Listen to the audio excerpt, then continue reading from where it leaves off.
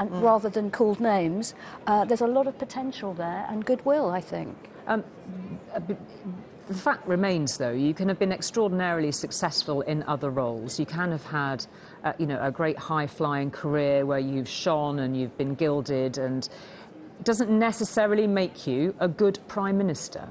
Well, but nor does being a jobbing MP turn you into the sort of person who can also be a great leader. And I mean, let's be clear. But I think that one of the things that's been missing from politics for a long time is that experience of being something else. Too often we've had people who have gone from university where they've done PPE at Oxford, where they then go into a sort of quasi-political role where they're a researcher for a think tank. They then move to being something with at the bottom ends of some sort of parliamentary thing, and then they decide to get a seat and they go after it, and their career has been determined throughout to be a politician. They don't bring any of the richness of having to work with ordinary folk, having to deal with the world out there. He was a lawyer who was dealing with, the trials of serious issues, but also dealing with the humanity that's underpinning that. So I feel that we want more of that. We want business people who have had business experience. We want people who've done real things. OK, apparently they were having a meeting inside Admiralty House. Daniel was just telling me alongside. Thankfully, there's that red dress again, so we can tell that they're on the move. Apparently, we've learned from the Labour Party that Sir Keir Starmer will drive into Downing Street, be driven into Downing Street. As we can see, whatever they popped in there to do, to have a conversation, a meeting, a brief consultation before they arrived in Downing Street. We can follow the car now as if they're about to get moving. If you wouldn't mind moving, that would just be great, wouldn't it? We could just get going. And we can just stay on that shot and wait for the moment. There is always that camera shot, isn't there, that is facing directly at the streets of Downing, the gates of Downing Street. Daniel, help me out here. You've been standing there narrating. He's on the move. He's on the move. I wondered if it was still raining, how that would have worked umbrella-wise. Would he have held his own? Would someone else have held it for him? Someone have held it over him? Those conversations have gone. The sun has come out. I mean, if Rishi Sunak would have... Oh, God, how he wished the sun had been shining 6 weeks ago when he announced that election. The rain has cleared for Keir Starmer as he enters Downing Street. Interestingly, the government website has formally announced that the King has approved the following appointments. In announcing Keir Starmer as Prime Minister, there is no mention of Sir in that announcement. So Right Honourable Keir Starmer as Prime Minister and First Lord of the Treasury. I wonder whether that's going to be a theme, whether he now drops the Sir in his official government business. OK, let's just stay with these images, because at any moment now we will be able to bring you the shot from our camera in Downing Street as the car turns into those black gates, and what must be going through Keir Starmer's mind as he makes this journey. Let's take it in. Oh.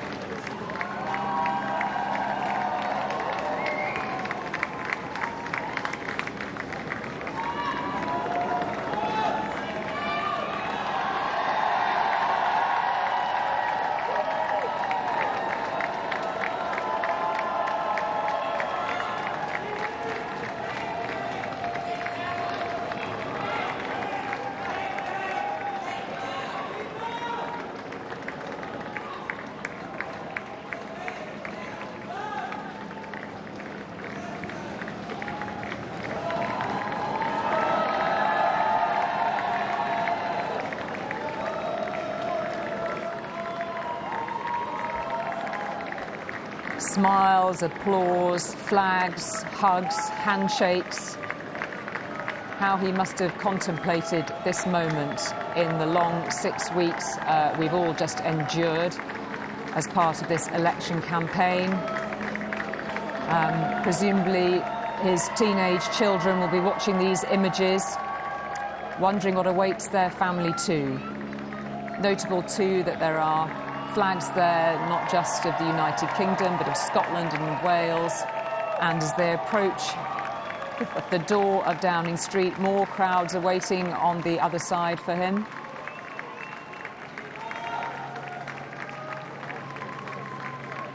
Notable, of course, that we haven't seen Lady Victoria Starmer very often in this campaign. It is an extraordinary moment for her too, because these images not just being shown all over the United Kingdom, of course, but these are the images that will be beamed around the globe as people adjust to the reality of a new Labour Prime Minister of the United Kingdom. When we think of all the tectonic plates that are shifting around the globe, all of those issues that Keir Starmer is going to face, they will be taking those images in. And a few moments to savour too, after an extraordinarily exhausting time for all of his team.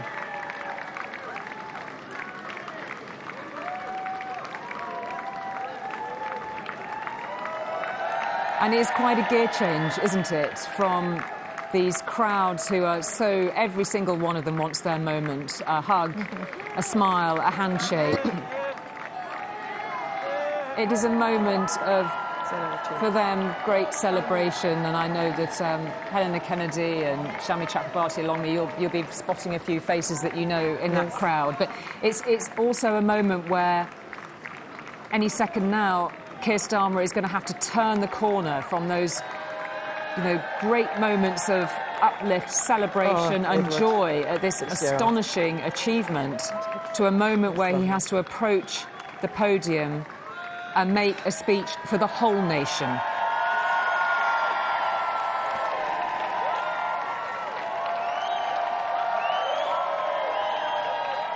Thank you.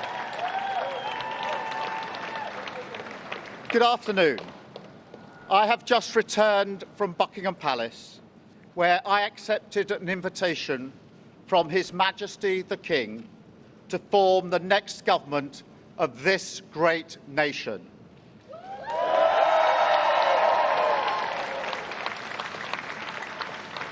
I want to thank the outgoing Prime Minister, Rishi Sunak.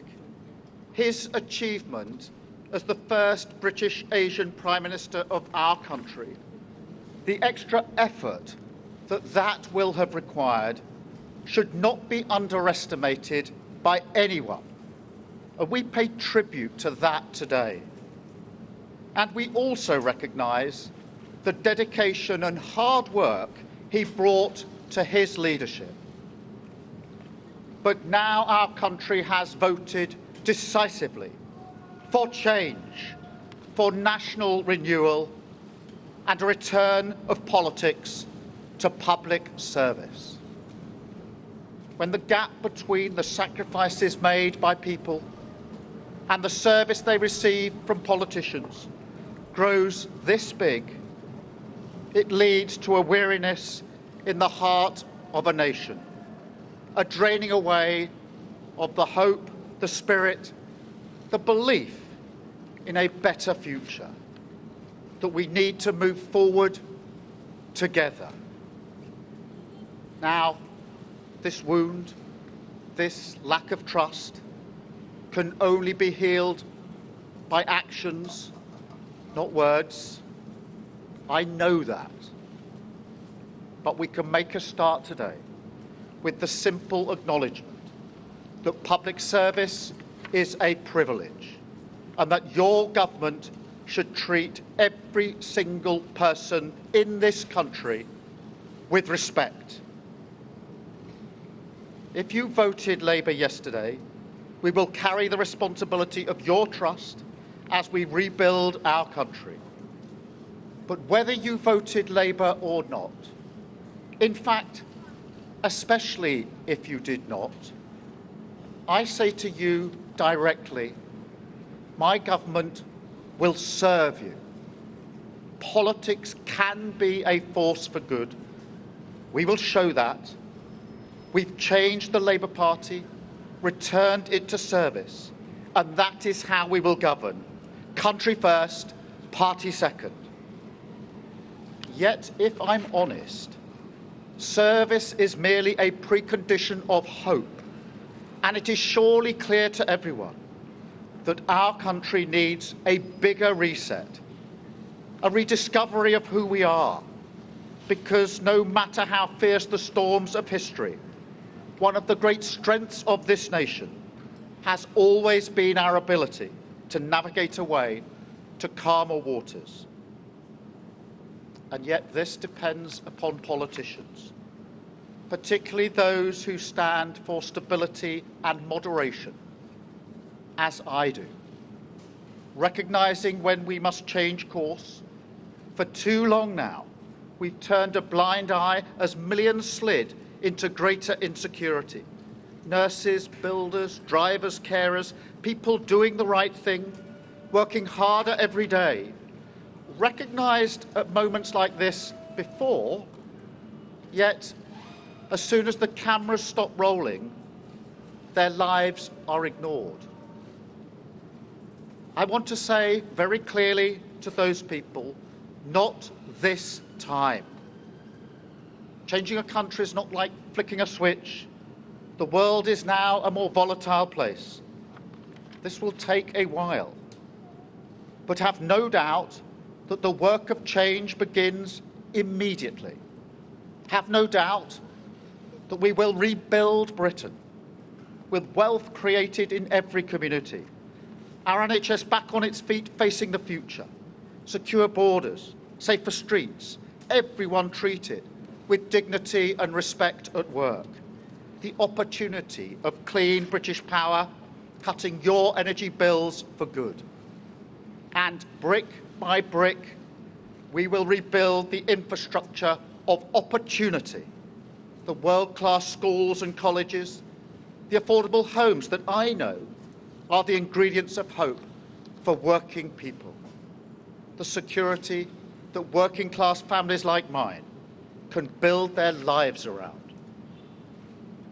Because if I asked you now whether you believe that Britain will be better for your children, I know too many of you would say no. And so my government will fight every day until you believe again.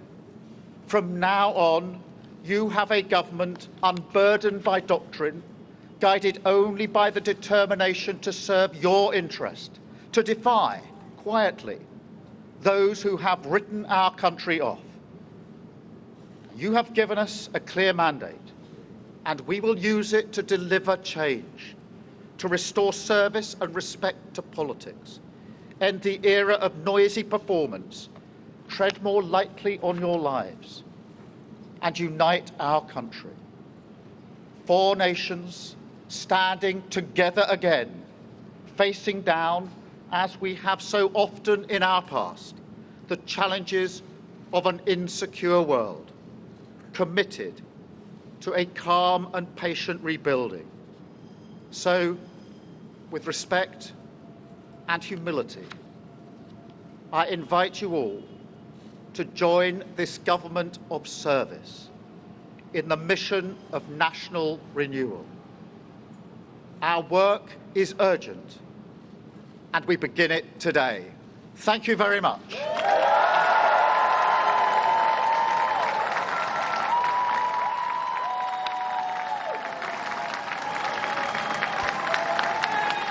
A broad smile and applause from Victoria Starmer, all of those who've waited this last hour or so in Downing Street to welcome the new Prime Minister with his extraordinary majority, thanking primarily at the beginning of his speech the outgoing Prime Minister, paying tribute to the extra effort it would have taken him achieving that position as Britain's first Asian Prime Minister. He then spoke very clearly, though, then about a mission of national renewal. He talked too about speeches we've heard before on the steps of number 10 Downing Street, where workers across the country have been promised much. He argued, he said, they were then ignored, this Labour Prime Minister then pledged that they would not be. He then said that change will not come like the flicking of a switch, but will take a while. But he said that this was an incoming government of service, unburdened by doctrine. He said, "We will tread more lightly on your lives, four nations standing together again." Let's just take in some of the scenes in Downing Street.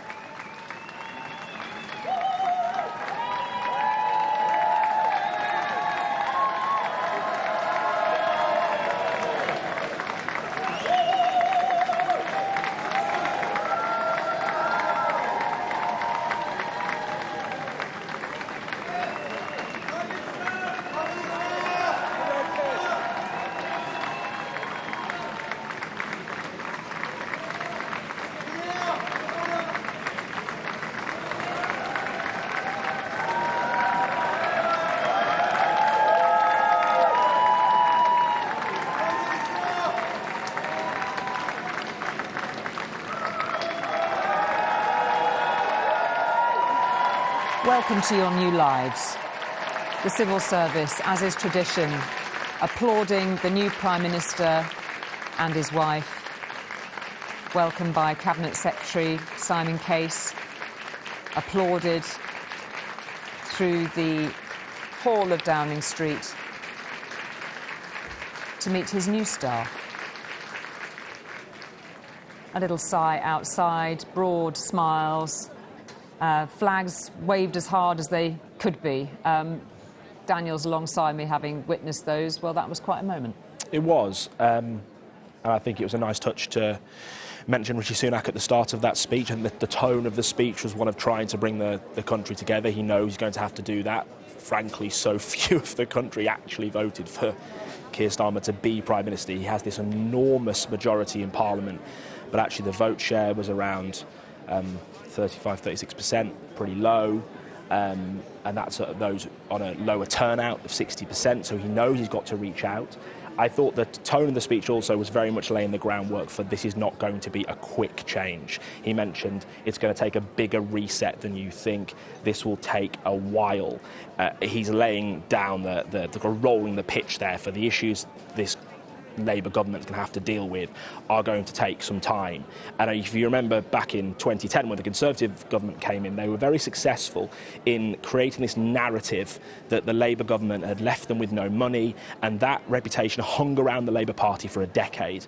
I wouldn't be surprised in the next few days if we start to see Labour ministers and Labour spokespeople start to say, well, we've looked under the bonnet here and it's a lot worse than we thought, because they need to buy themselves time here because the challenges ahead for them are vast. He touched upon some of them on housing, on the NHS, on the economy, and this Labour government, this Labour Party is pinning so much on economic growth to pay for some of the things it wants to do that is not going to be easy. So I thought that speech was interesting in the sense that trying to buy himself time quite quickly. OK, let's speak to Libby, who would have been just a few feet away from the new Prime Minister. What did you make of it, Libby?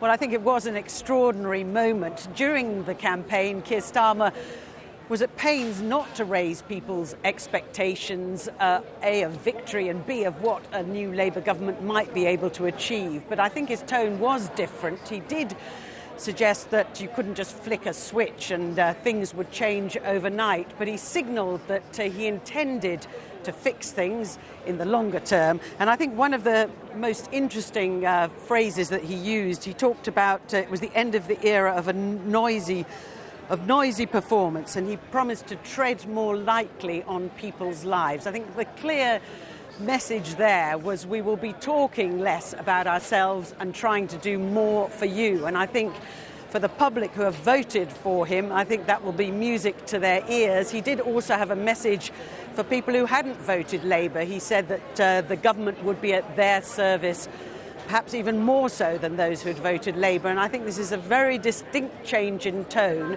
It was also a speech full of hope.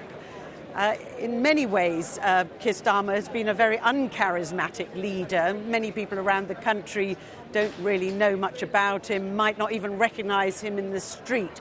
But I think he did change his tone today. I think he did raise his game. There was an American politician who once said, campaign in poetry, govern in prose, and even admirers of Keir Starmer have often said that he tended to do everything in prose. Well, I think he changed that today. I think it was a very moving speech, and one that suggested that he knows how much needs to be done, that he isn't going to be able to change things overnight, but he does intend to rebuild opportunity, as he said, brick by brick.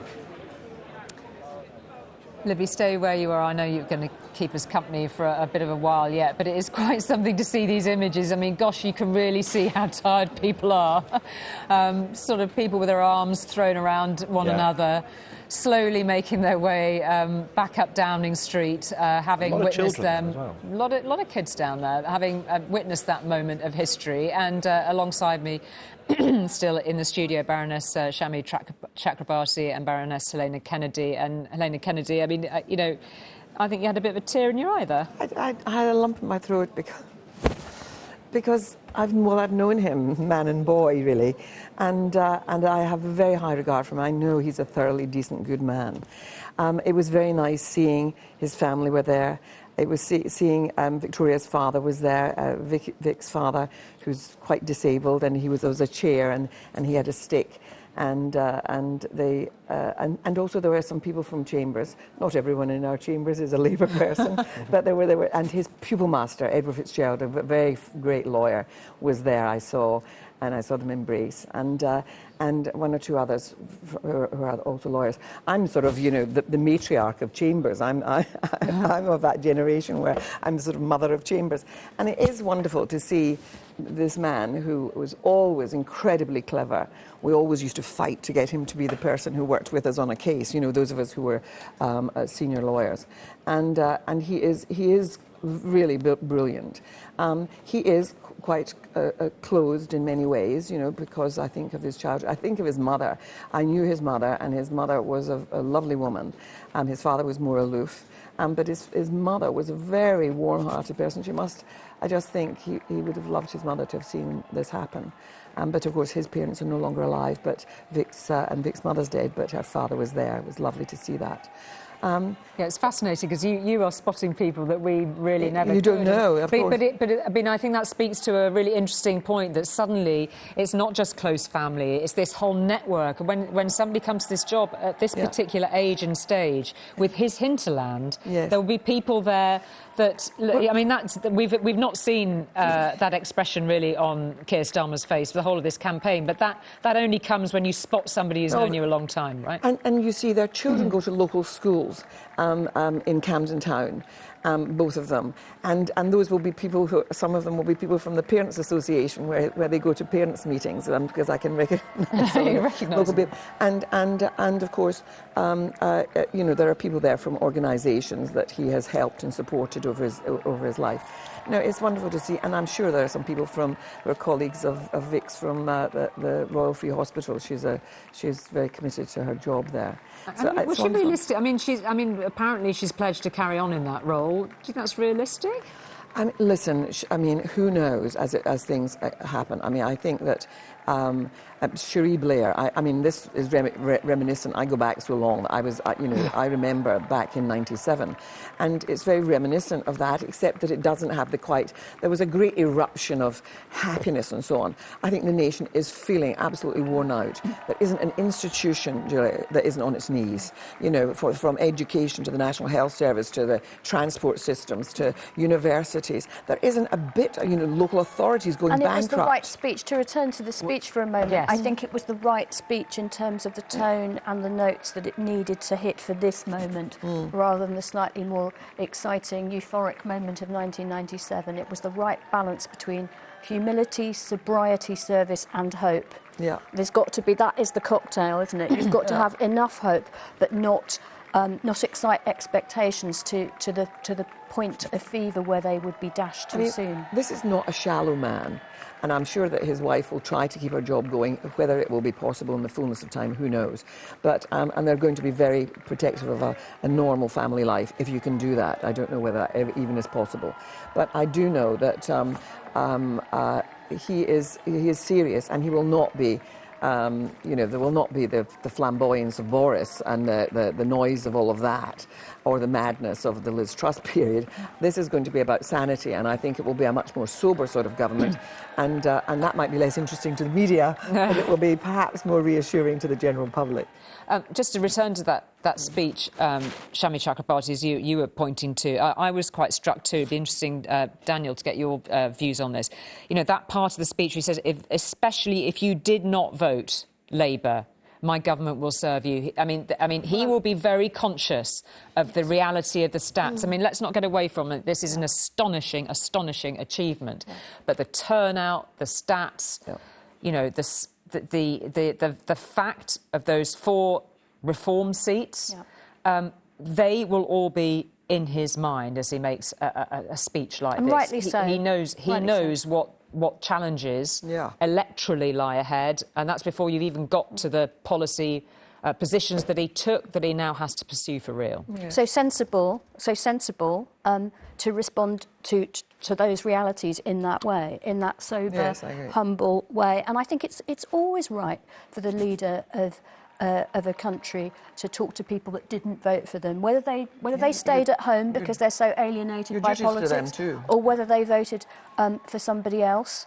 You know, we lost a few very talented colleagues, as we mentioned earlier, Jonathan Ashworth, Thangam Debbonair, and so on. So I think that was the right tone at this time. Yeah, I mean, there were those moments in the night. I say bleary-eyed. Those moments where, I mean, I'm sure that the nation were saying, you know, there was a way in which some people deserved to go, but there was also a sense of just wanting renewal, wanting something different, and I think that he is going to be mindful of that and seek to deliver that. Yeah, this is the moment, though. Behind that door, we saw that great traditional welcome. We know that the civil servants, all of those that worked so hard in Downing Street, would have been made sure that the departure of Rishi Sunak and his wife was made as gently and as warmly as possible. And then they have to flick a switch, for sure, don't they? And make sure that next team gets in, they're welcomed. There'll be people already say, you've got this to do, this to do, this to do. Yeah. I mean, it is a moment where you have to steady your nerves for the overwhelm. And there'll be some people who work in Downing Street that were really fond of the Sunaks and that have worked with them for nearly 2 years and they know them pretty well, and then they have to compose themselves because suddenly the new lot are in. So it's a kind of, there's lots of human moments in those moments. The job hits you pretty quick. I mean, there's the whole issue of the kind of nuclear codes and the letters that the Prime Minister have to write, I think partly done by the civil service on purpose to kind of really put the cold water over you. You're the Prime Minister now. This is a really serious situation. Not that you need to tell Keir Starmer of a serious situation. He's a very serious man. You mentioned about the speech. He said, especially those who didn't vote for us. He really made a point of saying to those people, that speech is not the place to start laying out a plan of government detail. That will come in the coming days in the King's speech. At some point, though, Keir Starmer is going to have to lay down some details here, because it was a pretty light on detail, that manifesto. It wasn't particularly controversial. Big ambitions, very little detail. At some point, he's going to have to start laying out what he's going to do, and that will start to upset some people. He has this enormous majority. The reality is, in Parliament, he can pretty much do whatever he wants for the next 5 years, but I don't think he can afford to do that going into an election with both Reform on the one side and the Greens and the Lib Dems on the other. Plus, we don't know what the Conservative Party will do in the next few years. OK, well, what a moment. The new Prime Minister now behind the black door in Downing Street. He's now beginning the work of government. We're going to take a short break. Don't go anywhere. We'll see you again in just a moment.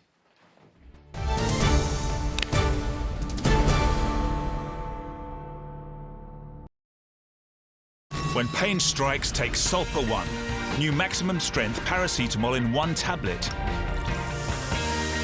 Solpa 1 gets to work up to 2 times faster than regular paracetamol tablets and effectively relieves your pain. Solpa 1 is only available from pharmacies. For effective pain relief, try new Solpa 1. I love a good hotel breakfast. Same. And so close to the stadium. I managed to get the last room for £140. I booked the last room a week ago. I booked yesterday. One night, £110. What? How? Some sites panic you into booking their last room, but they don't have all the availability. Instead, use Trivago. Trivago compares hotel prices from hundreds of sites, so you can land a great deal. Well, at least I got the last ticket to the game. So did I. Hotel Trivago. Breakfast every morning. It's something everyone deserves. But for some, it's not always possible. That's why, over 25 years ago, Kellogg's led the way by helping to open the UK's first school breakfast clubs. Now, together with the amazing Breakfast Club staff, we will continue to help support over 1,000 schools every morning. Because we know better days are built on breakfast. Aye, Kilties! At Kilted Competitions, you could win our biggest prize yet. This fantastic 4-bedroom house that's ready to move into. It comes complete with a private garden, a garage, £10,000 cash and another £10,000 for the winner's chosen charity. Or you could take a £250,000 cash alternative. Join today and you could win cars, cash, tech, holidays, luxury items and loads more. Enter now at kiltedcompetitions.co.uk. It could change your life. Follow us on Facebook. I need to tell you something. It's about my muller rice. I want it warm. Nonsense! The microwave is for soup or drying socks. I want mine warm too. Muller, love every bit. Kick-off is coming, so keep it simple with pizza and beer. 2 pizzas, 4 drinks for £6. Get in. But what to choose? I'll just get a mix. Margarita, meat feast, Texas barbecue, beer and cokes. That should keep everyone happy. Ugh, we're gonna need a bigger basket. Scotland, that's handy. Scotland, get ready. Now is the time. The Advance Group Red Hot Summer Sale is here, and you won't want to miss it. With double glazed windows starting from just $395, and you can spread the payments for up to 50 months, interest-free. And with our 15-year guarantee, now is the time, Scotland, to improve your home. The Advance Group Red Hot Summer Sale, now on. Search advancegroup.co.uk. Mufasa? You know you sold the car, right? What? You know you sold the car, right? Just sold my car. Do we buy any car? Just sold my car. Do we buy any car? Just sold my car. Do we buy any car? Just sold my car. Do we buy any car? To find out how much your car's worth in 30 seconds, enter your reg number now at webuyanycar.com.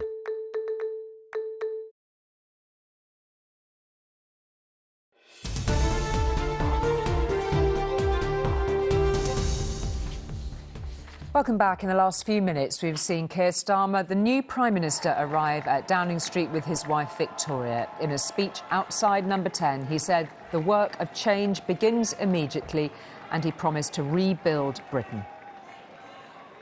My government will fight every day until you believe again. From now on, you have a government unburdened by doctrine, guided only by the determination to serve your interest, to defy, quietly, those who have written our country off. You have given us a clear mandate, and we will use it to deliver change. Keir Starmer's just speaking a few moments ago. Well, world leaders have been sending their congratulations to the new Prime Minister. President Zelensky of Ukraine, of course, posted on social media earlier. He said, "I wish the incoming government every success in both domestic affairs and in solidifying the UK's leadership on the world stage. I look forward to working closely together on strengthening the Ukraine-UK partnership and restoring international peace and security."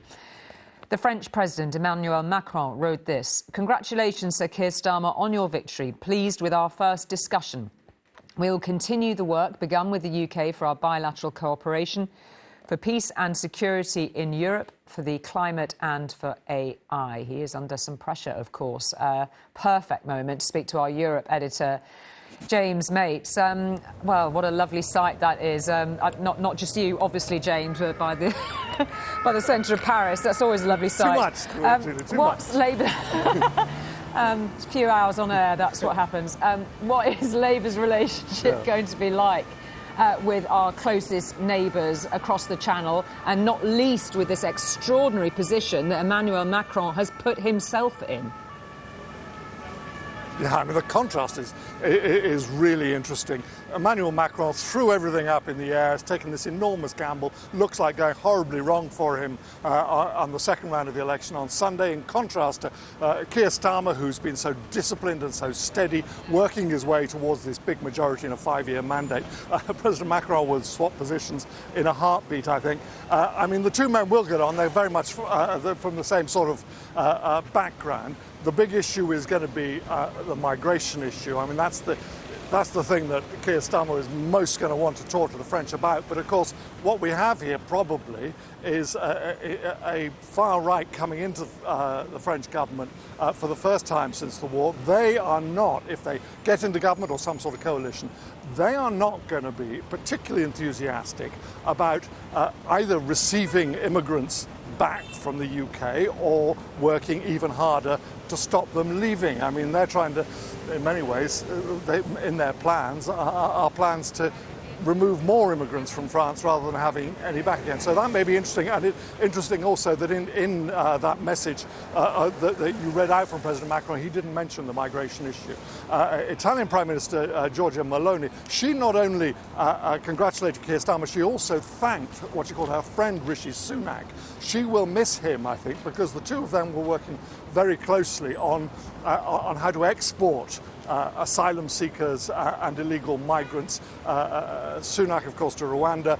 The Italians next month, as soon as next month, they could start sending people to camps in Albania. And Sunak, in many ways, gave her a bit of cover for that policy. As for the rest of the EU, well, they're going to get a chance to assess Keir Starmer. There's a European political community, which is this sort of bigger version, talking shop version of the EU that meets every year. It's hosted in the UK in a couple of weeks' time, and obviously Keir Starmer will be there, and that'll be his first chance to meet most EU leaders, who I think privately will be pretty pleased that the Tories aren't in government anymore. There have been long Brexit years of lots of bruising rhetoric and arguments, and they will be looking for a fresh start, even if I think they're really not particularly optimistic that there's going to be a big leap forward in UK-EU relations, and certainly not a rapid UK move back towards the EU in some way, shape or form. But I think the whole tenor of the conversation to be had will be much, much more friendly, much more cooperative, much more likely to produce something.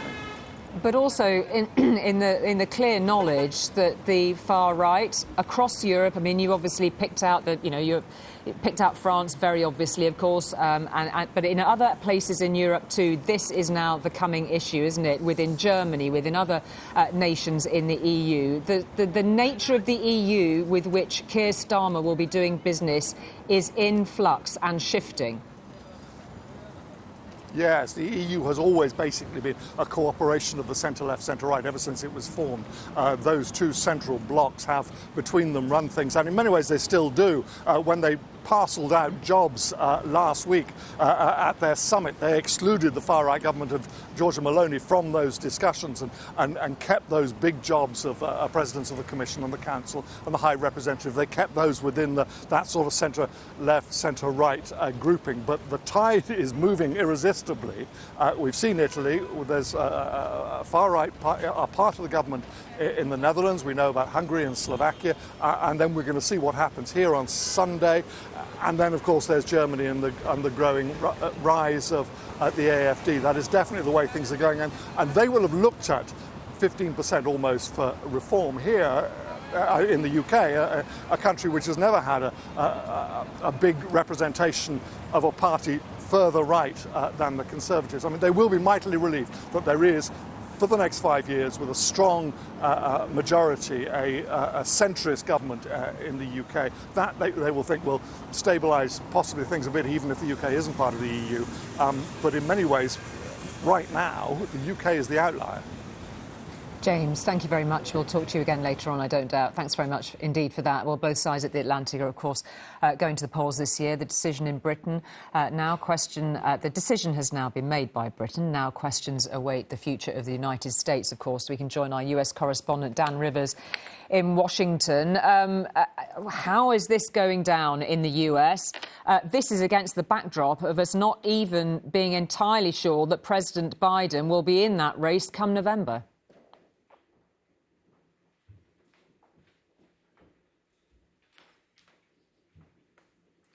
Oh, very sadly, we can't hear Dan. I was really keen to hear what he was saying there. We seem to have lost contact with his sound, even though we could see him. Well, I'm very delighted to say alongside me in the studio now is journalist from Politico, Anne McElvoy, to talk to us really from your vast expertise, Anne, on global affairs, Russia, Germany, the EU. First of all, just your reaction to what you've witnessed overnight.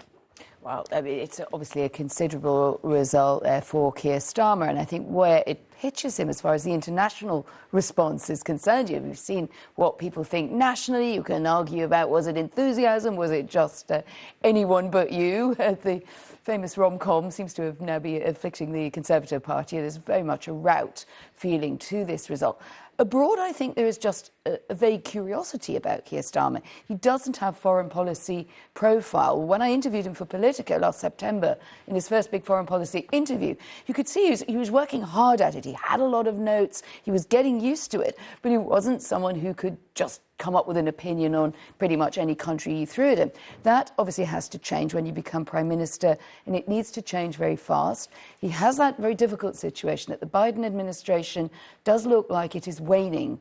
Whether or not President Biden is replaced, this really is an encouragement for a possible return of President Trump. So you would have a misalignment between centre-left, to say the least, in the UK, and certainly further right than centre-right and Donald Trump in the US. That will be interesting to handle.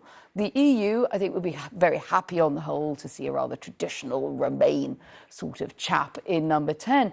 But again, it doesn't really answer the awkward questions. We're not particularly aligned there. The more he tries to get a bit closer to the EU but says he doesn't want to rejoin, the more European capitals will say, well, that's what we always thought. You always want to do it both ways. Are you going to be one of those guys?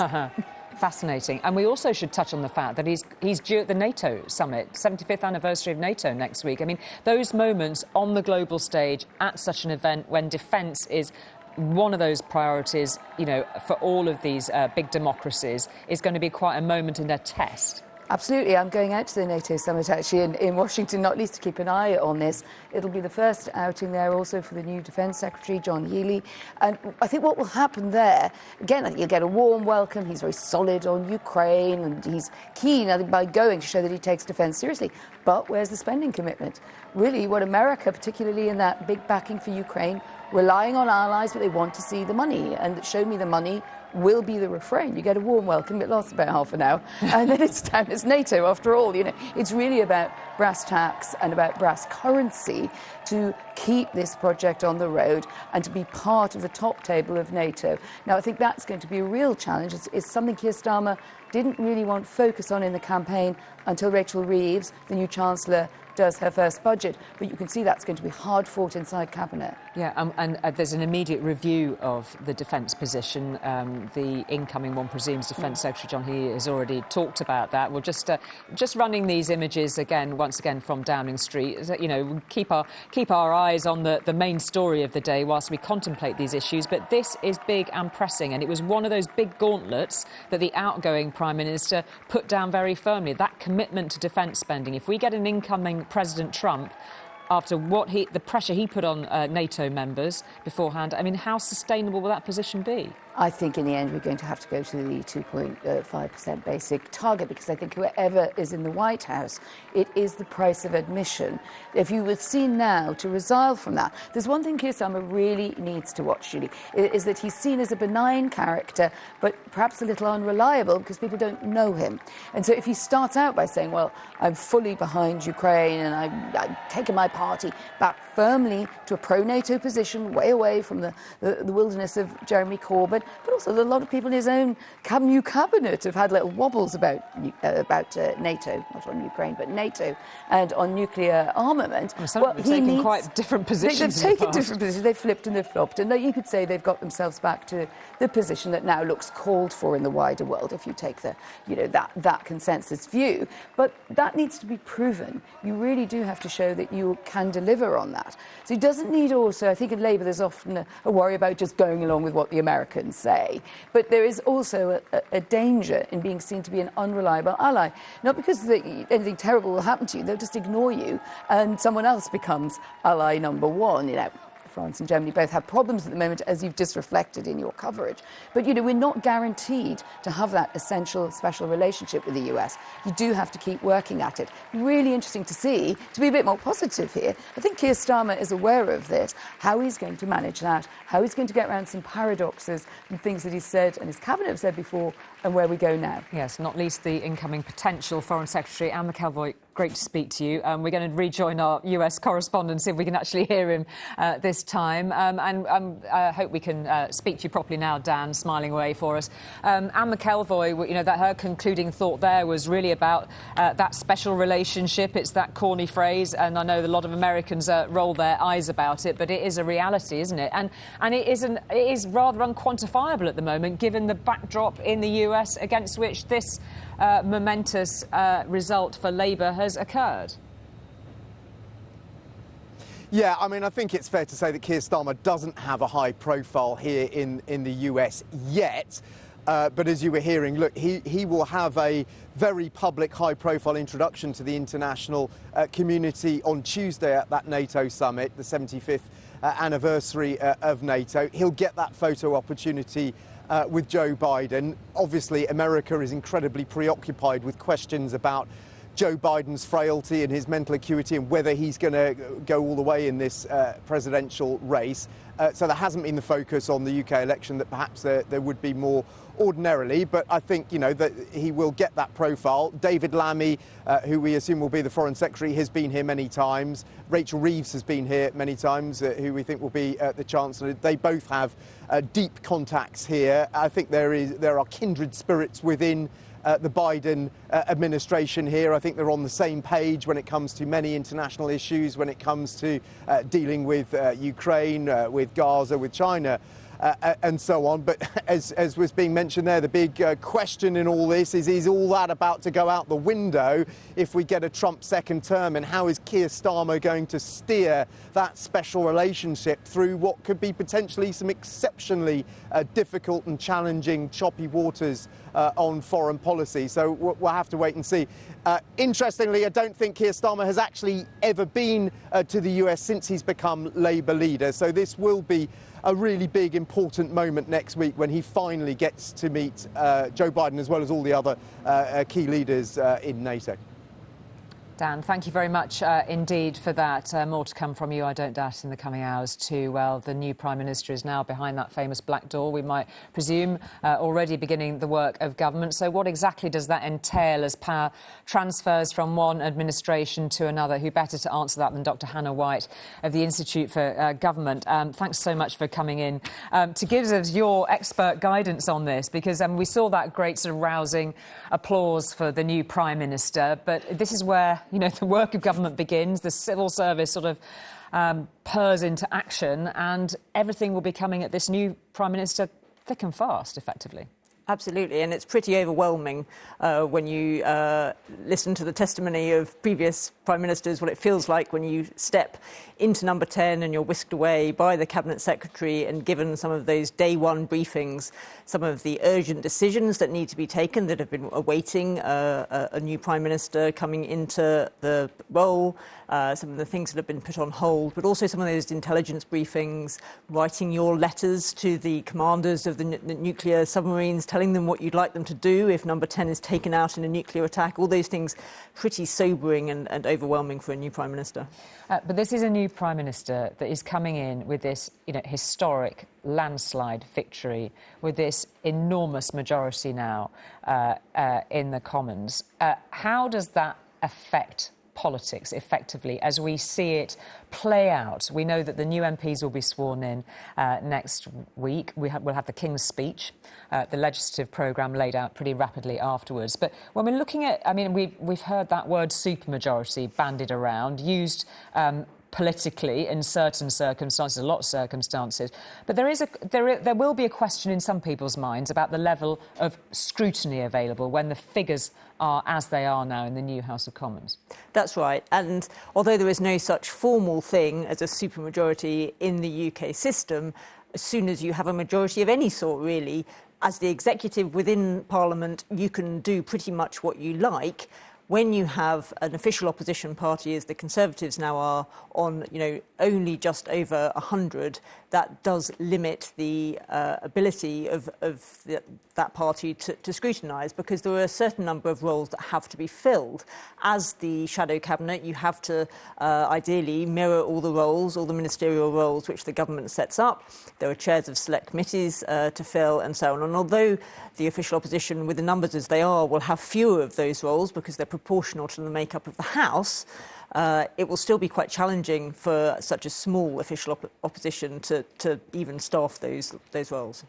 It's interesting. You were previously Secretary to the Committee on Standards in Public Life in the Cabinet Office. I mean, we've had questions about that and then some, haven't we, in the preceding years. And it is one of those commitments that the new Prime Minister has made about public service, scrutiny of public service, standards of public service.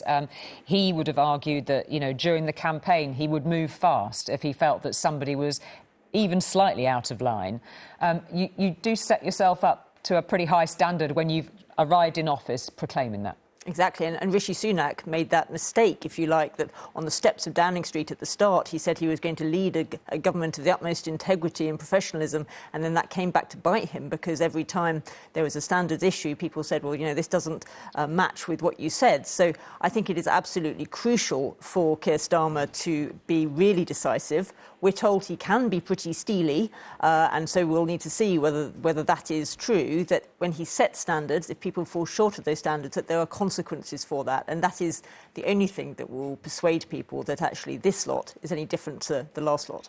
Fascinating. Hannah White, Director for the Institute for Government, thank you. And for all of your behind-the-scenes expertise from all of your colleagues who have helped us preparing for election night and beyond. Thank you very much indeed for joining us. After this short break, we'll be handing over to Mary in Westminster with the results and a roundup of the day so far. That's coming up in just a moment.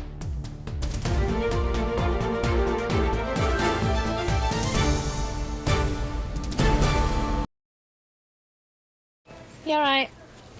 Have you got your club card?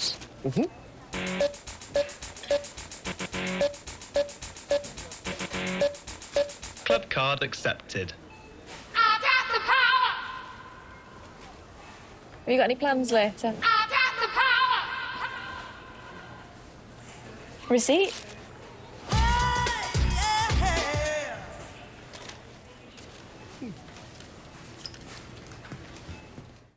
Build a plan and make it yours with 3 Your Way. Get a massive 9 months half price on an unlimited SIM-only value plan from $15.50 a month on 3. Plus awesome extras like 28 days of worldwide roaming from £31 a month from month 10. Visit us in-store or online today. Life needs a big network. Vaginal dryness affects millions of women. It could be caused by the menopause, with symptoms like soreness, burning and dryness. Dr. Wolf's V-San Moisturising Cream relieves the symptoms of vaginal dryness after just 1 application. For fast relief from vaginal dryness, try Dr. Wolf's V-San Moisturising Cream now. I see you, okay, do your dance, do your thing.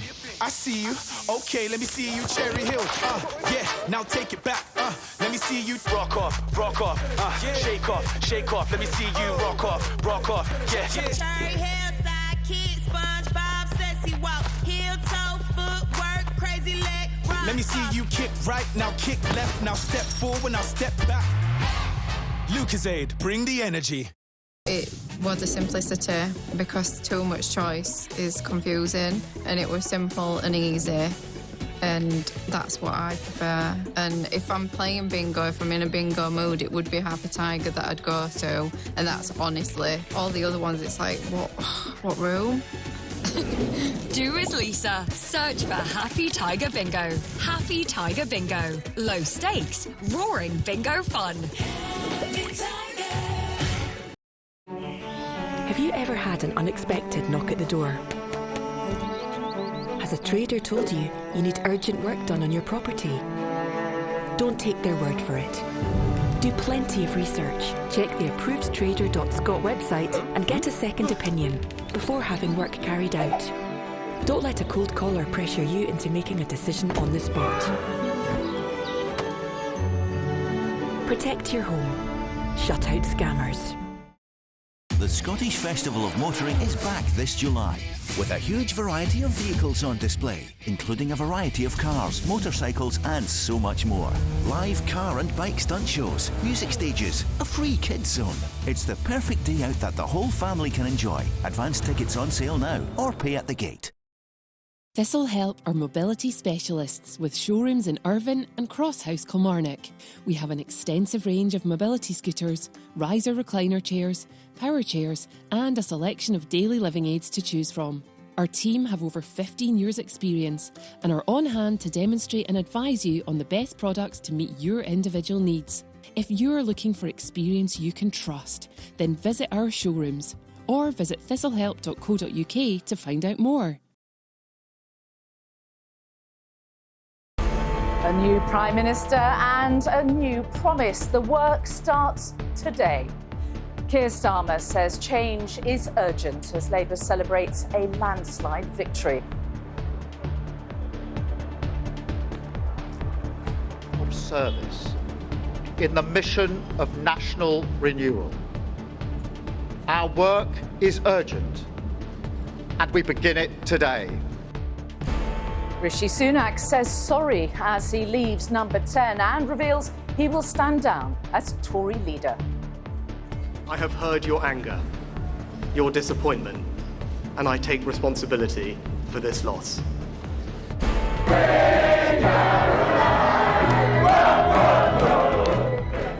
Sweet resurgence. The Liberal Democrats dance back into Westminster with their best result for a century. And eighth-time lucky, Nigel Farage becomes an MP, finally, with Reform now a political force to be reckoned with.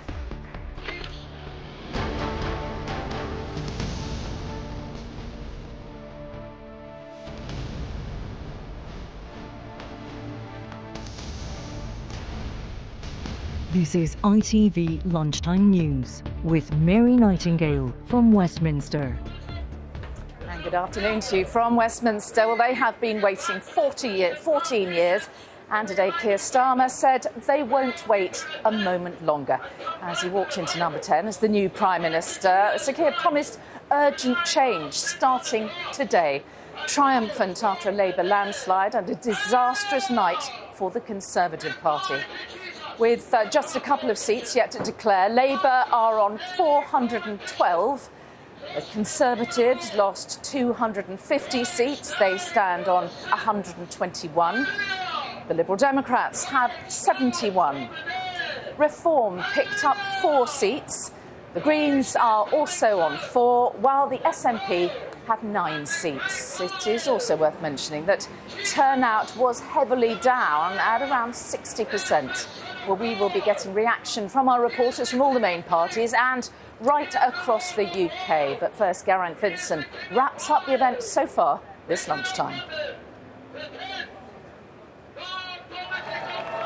Prime Minister Sir Keir Starmer, his wife Victoria, and the scenes that mark a new political era. Filled quickly here with big promises. Have no doubt that the work of change begins immediately. Have no doubt that we will rebuild Britain with wealth created in every community, our NHS back on its feet facing the future, secure borders, safer streets, everyone treated with dignity and respect at work, the opportunity of clean British power cutting your energy bills for good.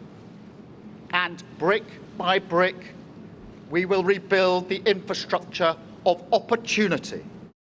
Sir Keir was asked to form a government by the King about an hour or so after the defeated Prime Minister approached the Downing Street lectern, a penitent man.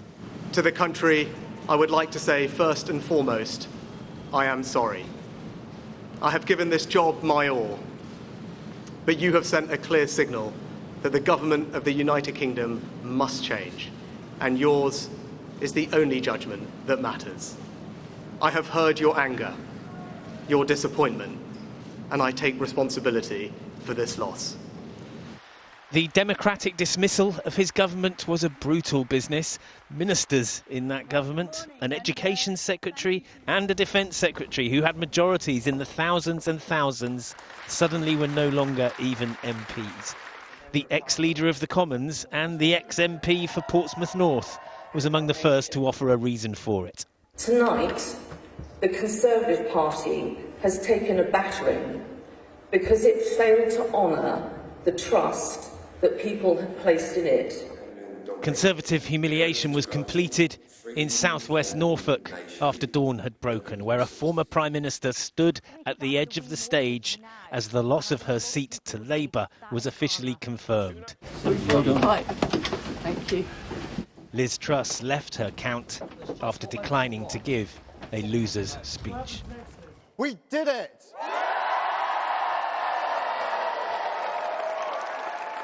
A very different mood at an art gallery in London at 5 a.m, where Labour leaders past and present started to celebrate their spectacular win.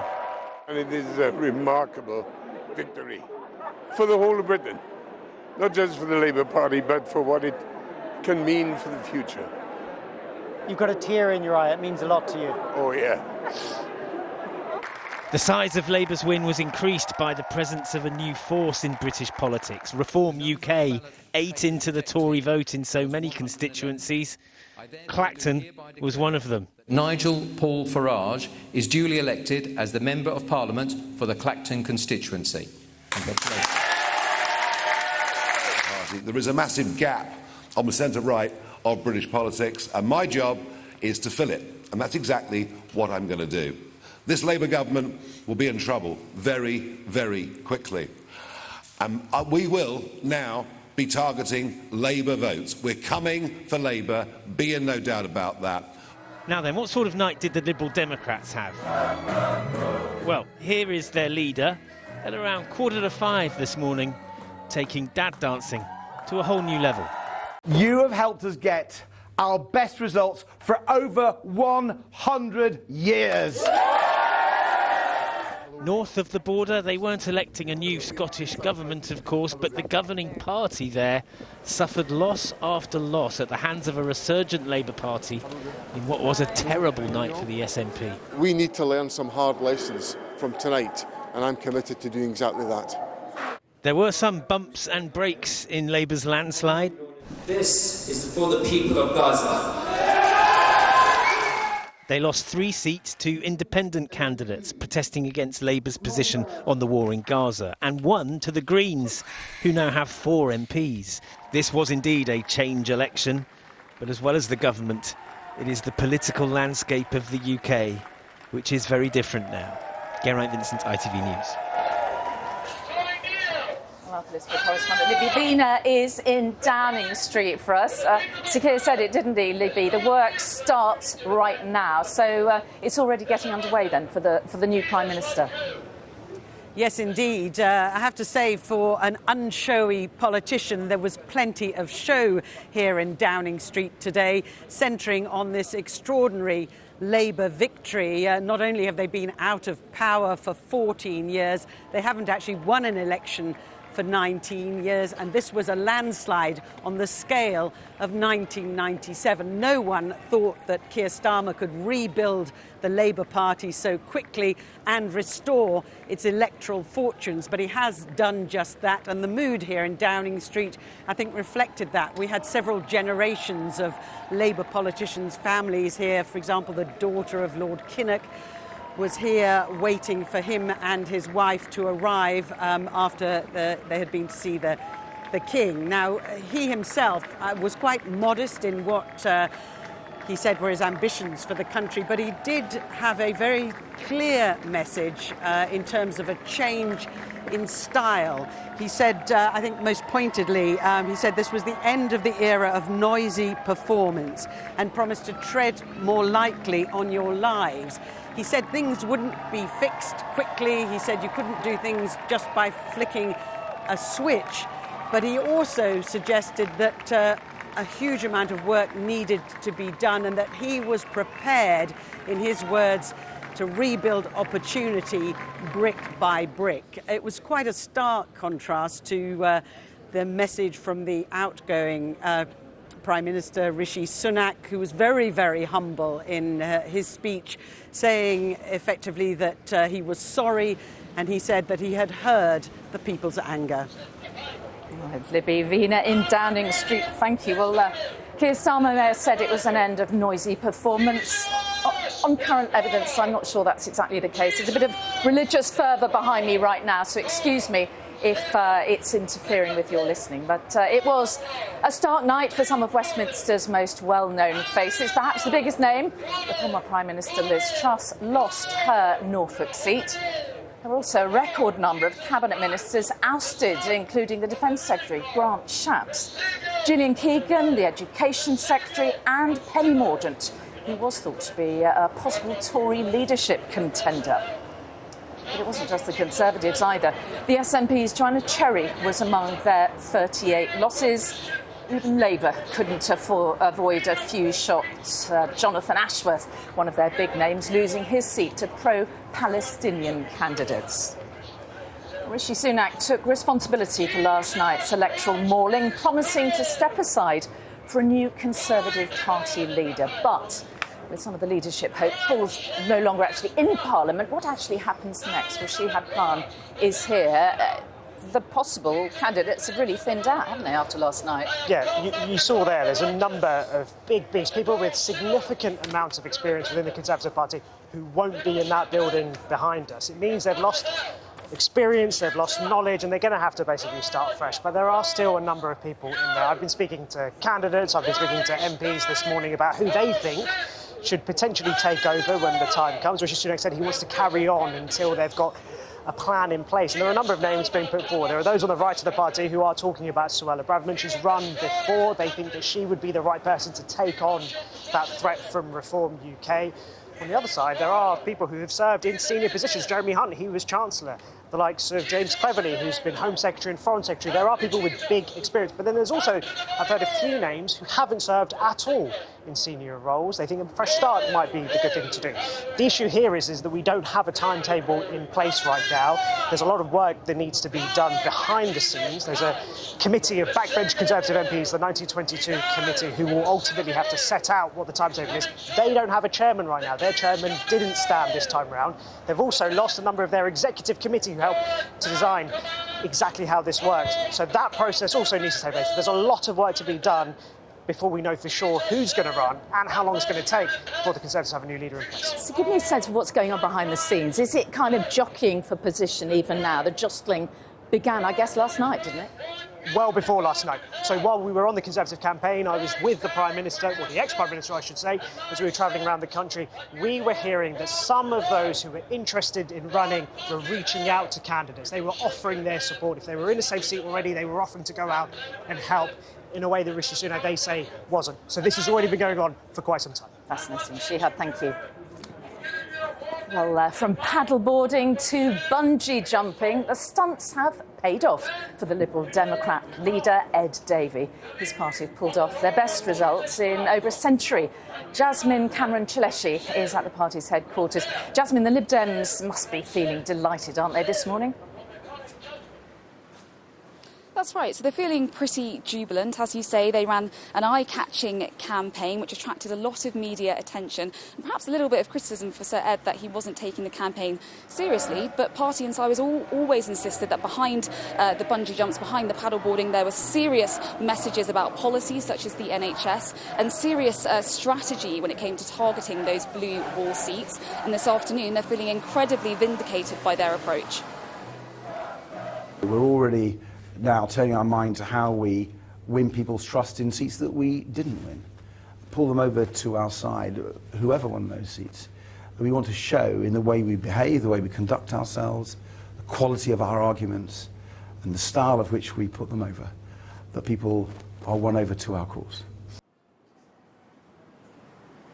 Now, just to remind ourselves, back in 2019, the party won just 11 seats. Today, they're walking away with upwards of 70 MPs. Now, of course, they're beating their record number of MPs returned to Parliament that was made in 2005. And I think they're really pleased in particular with the fact they managed to unseat some serious big cabinet ministers. For example, the Education Secretary, Gillian Keegan, the Old Justice Secretary, the Science Secretary. They're also really pleased that they managed to win 3 constituencies formerly represented by Tory Prime Ministers. For example, Theresa May's old seat of Maidenhead and David Cameron's old seat of Witney. Now, party insiders always believe that these seats in particular, the Tory vote was relatively soft. These seats, predominantly in the south of England, they were won, they're relatively leafy affluent areas where the Lib Dems came second in 2019. Now, yes, there was a bit of disappointment that the Lib Dems didn't manage to oust the Chancellor, but overall it's looking like the Lib Dems are coming as the 3rd largest political party. They'll be really pleased with that result and feeling like they're coming out of the political wilderness and back once more as a serious force in Westminster. Jasmine Cameron-Cheleshi, thank you. It was a spectacular night for reform. Nigel Farage elected as an MP at his 8th attempt and promising the start of a major political shift. Our reporter Amy Lewis is in Clacton-on-Sea. Amy, explain just how big a breakthrough moment is this for reform? Well, it's huge. This party seems to have come from nowhere, and last night 4 million people voted for them, and for the first time they don't just have one MP, they now have 4 MPs. The rise of reform, make no mistake, will have sent the major 2 parties into something of a quandary. We know that voting at the moment is volatile, and here you have it, a party to the right that is anti-immigration, that got more than 14% of the share, Mary, and came second in a lot of constituencies. During his campaign, Nigel Farage was clear that he wanted to destroy the Conservatives, but as soon as he was elected last night, he took aim at Labour, saying he was coming after them. Now, he has ruled out working with the Conservatives, but he has opened the door to them joining him, as he puts it, as he tries to reshape the right of British politics. Now, I spoke to the party this morning. They said it was a fabulous night for them. They said it couldn't have been better. And Nigel Farage has been clear that to him, this is just the start. My plan is to build a mass national movement over the course of the next few years and hopefully be big enough to challenge the general election properly in 2029. Well, one of his supporters who was quick to congratulate him was Donald Trump, who has said that Nigel Farage is a man who truly loves his country. Now, in terms of what happens this afternoon, there's going to be a press conference in London where not just Nigel Farage will be speaking, but all 4 of the newly elected Reform MPs, showing, I suppose, a show of strength. We understand that one of the things that Nigel Farage is going to want to be talking about is voting reform. Now, he has, as we mentioned at the start of this, tried to become an MP 8 times. He has finally done it. And one thing you can certainly say, that when he is in Westminster, he is not going to blend into the background, Mary. Amy Lewis in Clacton, thank you. It was a really good night for the Green Party, who quadrupled their number of seats to 4. Joint leaders Carla Denyer and Adrian Ramsey were both voted in. The party took Bristol Central, Waveney Valley, North Herefordshire, and it held on to Brighton Pavilion. It was the most successful election night ever for the Green Party. One of the night's biggest stories was the changing makeup of Scotland's electoral map and the catastrophic losses for the SNP there. The party is left with just 9 seats, with a resurgent Scottish Labour Party taking back many of the SNP's gains from recent years. Our Scotland reporter Louise Scott is in Glasgow. Louise, big questions out there about the role of the SNP and indeed the whole future of Scottish independence now. There are. The SNP were expecting losses, but losing 39 seats goes beyond their worst expectations. Of course, a new SNP leader just in the last 8 weeks, but John Swinney says he takes full responsibility for the campaign led and the outcome of that. Labour, meanwhile, they've doubled their vote share here, and I counted 9 seats where they took more than a 20% swing from the SNP. And independence, it was on the ballot paper. It was on SNP's front and centre of their manifesto. And John Swinney told ITV just in the last few days that any votes to other parties would damage the cause for independence. So it seems like Scottish voters have sent a loud and clear message. Well, here's what John Swinney told us a little earlier. I have to accept that we failed to convince people of the urgency of independence in this election campaign.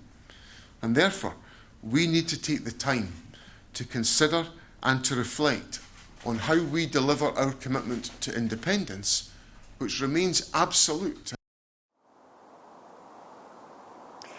Well, the SNP did enter this race on the back foot. They'd had their third leader in as many years. There's an ongoing police investigation into the party's finances, and activists across the country told me these issues were coming up on the doorsteps. But this collapse of the SNP will be a real gift to Keir Starmer. He begins his tenure as Prime Minister with, realistically, no pressure to enter those talks that have been called for another independence referendum.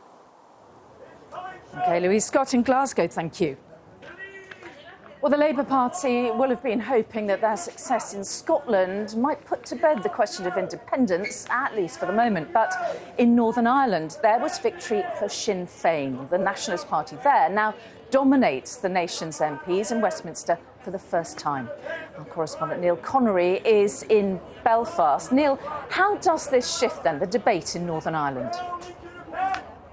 Well, Mary, there were 18 constituencies up for grabs here last night. Sinn Féin winning 7 of them, making them the party with the largest group of MPs. That's the first time that has happened here. Of course, those MPs won't be taking their seats at Westminster because of Sinn Féin's long-held policy of abstentionism. They refuse to swear allegiance to the Crown in Parliament. But add to the fact that, of course, at Stormont here at the last elections, Sinn Féin were the largest party. When it comes to local government in Northern Ireland, Sinn Féin is now the largest party. And then last night, there will be many, I think, in the party who will see this as another step on the road towards a potential poll on Irish unification. Sinn Féin told ITV News this morning that they see that there is a need really for discussions to get underway, serious discussions on this issue. Clearly, there are many others in Northern Ireland who feel that the constitutional position of Northern Ireland isn't up for grabs.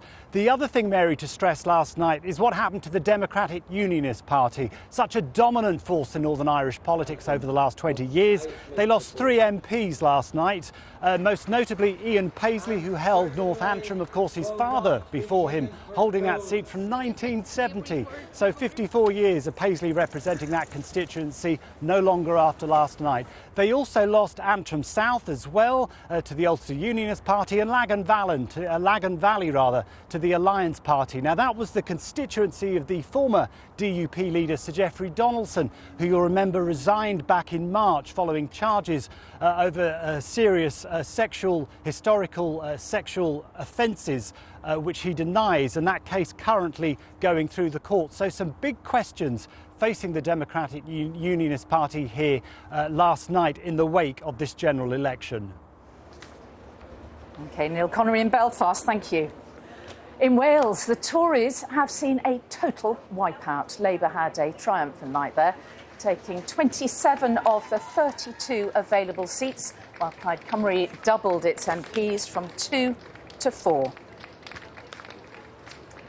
But today, it is all about Labour, of course, and in the next few minutes, we're going to be finding out who will be in Keir Starmer's new cabinet. And our political editor, Robert Peston, is here. Is it possible to expect a surprise? Will there be any surprises? Well, there has to be one surprise in the sense that the Shadow Culture Secretary, Thangam Debonair, lost her seat to the Greens in Bristol, so they will have to find someone to take that role. There had been a bit of speculation before the election that a veteran from the Blair years, Douglas Alexander, who has won a seat in Scotland, is back in Parliament, might be promoted to the cabinet straight away, and there is a vacancy there. There's also not exactly a cabinet role, but there's a senior role available from the fact that John Ashcroft, rather one of the more unexpected results of the night, lost his Leicester seat because of the surge in support for a candidate who criticises Keir Starmer's policy on Gaza. But in terms of the big jobs, when we start to see people walking down Downing Street in just a few minutes, I'm expecting them to be filled by the big beasts we've seen in the shadow cabinet. So the deputy will be the deputy leader, the deputy prime minister will be the deputy leader of the Labour Party, Angela Rayner. We will see the first Chancellor who's a woman in 800 years of that post, Rachel Reeves. We'll see Eva Cooper, again a veteran of the Blair years, who's consistently really been at the top of the party now for many, many years. She'll be Home Secretary. And David Lammy, who actually on our overnight show last night said that he was having preparatory conversations with Lord Cameron, the Foreign Secretary, last week. He'll be the new Foreign Secretary. So I think it will feel like a very different cabinet, partly, even though, there's a man who's Prime Minister, we've never seen so many of those top jobs filled by women. So I think the cabinet will feel a bit different. And a different mood to this government from what we could glean from Keir Starmer's acceptance speech, yeah? I thought it was an important speech because he basically said he was going to govern to rebuild trust. And if there is one overriding message of last night's vote, with the share of the vote falling, with Reform very much a sort of the curse on the rest of you party, getting 4 million votes, only 4 seats, but 4 million votes, 15% of the vote, in third place, there is a sense in which Labour has got to power on two big trends. One, total disillusion with the Tory party, but also a sort of fed-upness around the place with politicians in general. And I was quite struck that Keir Starmer said his first and most important priority is to rebuild that trust. And then talking to his colleagues, they also say, although Reform has now done damage in this election to the Tory party, they know. They take Nigel Farage at his word that Nigel Farage is coming for them. They've got to take Reform head on now. I wish we could talk all afternoon. We're right out of time. Robert, to be continued. Thank you. And that is it from me and all the team at Westminster on the day Keir Starmer becomes Prime Minister with a landslide majority. I say goodbye to viewers in Northern Ireland. ITV's Election 24 special programme coming up after the break.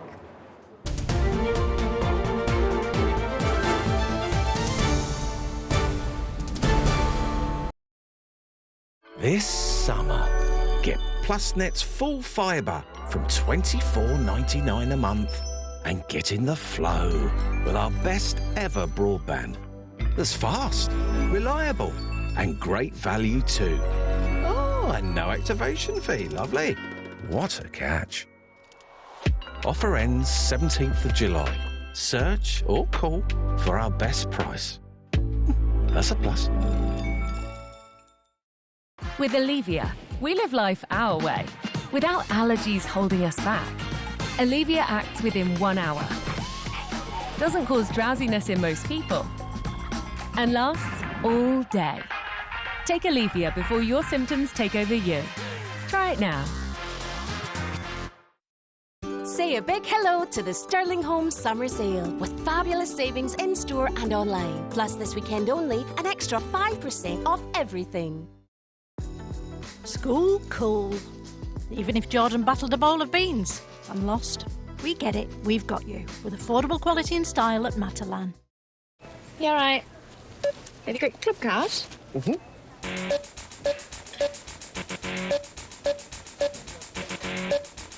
Club card accepted. I got the power! Have you got any plans later? I got the power! Receipt?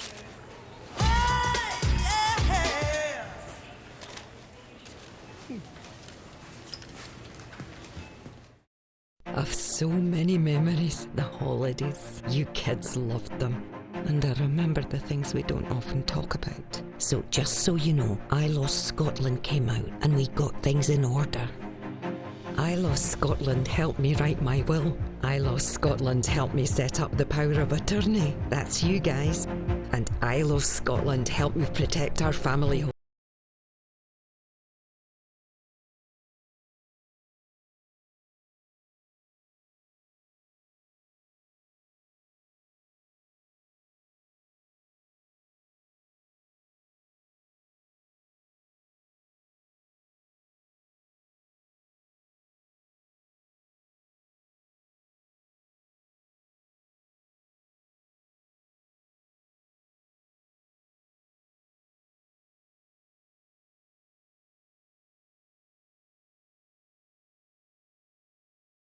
This summer, step aboard Waverley, the world's last seagoing paddle steamer for a truly unique journey. Enjoy a nostalgic cruise from the heart of Glasgow, or join at one of the many ports of call around the beautiful Clyde coast. See the engine turn, hear the beat of the paddles, relax on deck or in one of the comfortable lounges. Full catering facilities are available throughout your cruise, and make sure to visit the shop for an exclusive souvenir. Book online today.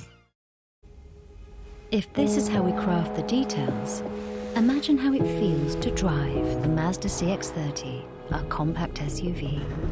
To experience this for yourself, search Mazda CX-30. Mazda, crafted in Japan.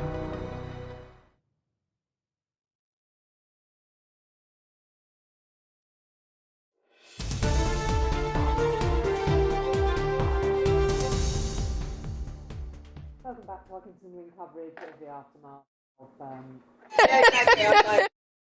microphone.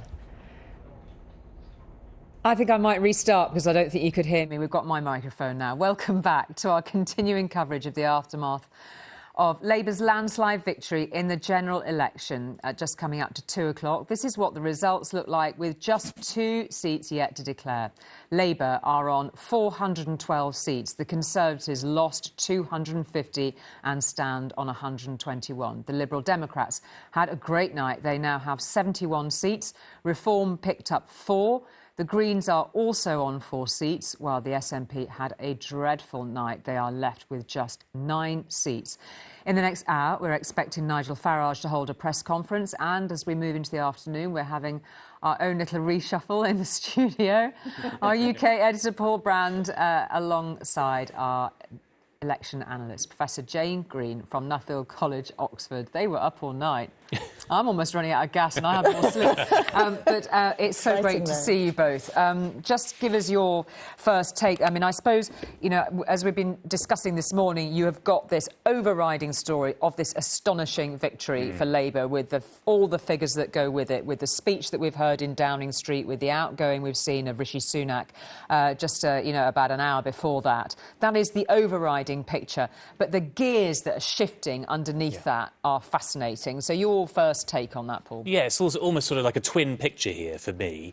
And Jane is the expert when it comes to elections, of course, and the psephology behind it. But in terms of a political journalist's view of all of this, you've got the story of Labour's landslide, as you say, Julie, an extraordinary story for them to have come back from their worst defeat in 1935 back to this massive majority, the biggest since Blair. But at the same time, you've got this massive fragmentation, I think, of the party system. I mean, we used to talk about Britain as a 2.5-party system when you chuck in the Lib Dems for good measure. Now we've got what? We've got the Greens on 4 seats, we've got Reform on 4 seats, the SNP's dropped down to 9, I think it is, and all of these independents that have been elected overnight too, which is really, really difficult as an independent candidate to break through in our system, and yet we've got a clutch of them, 6, I think, is the latest count. So it just feels like this dual pattern going on here, and probably actually, Jane, I think you would agree, when you break it down and you look at the vote share, that's when you start to see what's going on. Labour have done incredibly well on a very small share of the vote, which is why we're seeing smaller parties punch through at the same time. Take us through it, Jane. So this is the most disproportionate election, which means it's the election in which the votes to seats is the sort of biggest divergence that we've ever had. It's also the most fragmented our system has ever been in terms of the seats for the smaller parties and the fragmentation that's happening away from the 2 major parties. So it is utterly extraordinary to have a fragmentation story which is saying a rejection of the 2 mainstream parties, and yet with this largest majority since Blair for Labour. And so translating their vote share into this enormous seat share because of the splintering on the right of the Conservative vote, because Labour's made so many gains in Scotland, because so many things were on a knife edge, because of tactical voting that's benefited the Liberal Democrats, and also because Labour has managed to have quite a low share of the vote, considering that seat share, but to spread it very evenly across the country. And so I think Keir Starmer was really ruthless in doing that. So many of Labour's strongholds have seen drops in the vote share, but actually then the evenness of their vote has made it possible for them to have this enormous majority given their vote share. So there's lots of firsts in this election. We've gone back,